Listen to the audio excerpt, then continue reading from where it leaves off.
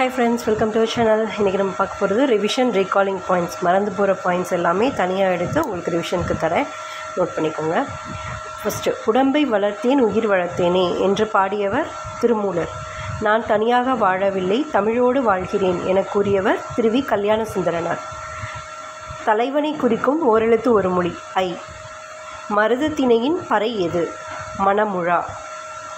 சிலப்பதிகாரத்திற்கு எவ்வுரை ஆசிரியரின் உரை நூல் முழுமைக்கும் உள்ளது? நா. மு. வெங்கடசாமி நாட்டார். சேக்கிழாரின் இயற்பெயர் அருண்மொழி தேவர்.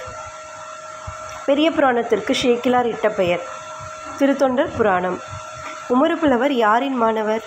கடிகை முத்துப்புலவரின் மாணவர். உமறுப்புலவரின் மற்றொரு நூல் முதுமொழி மாலை. கொம்பினை யொத்த மடப்பிடி யார்? பாஞ்சாலி. ஓகேவா?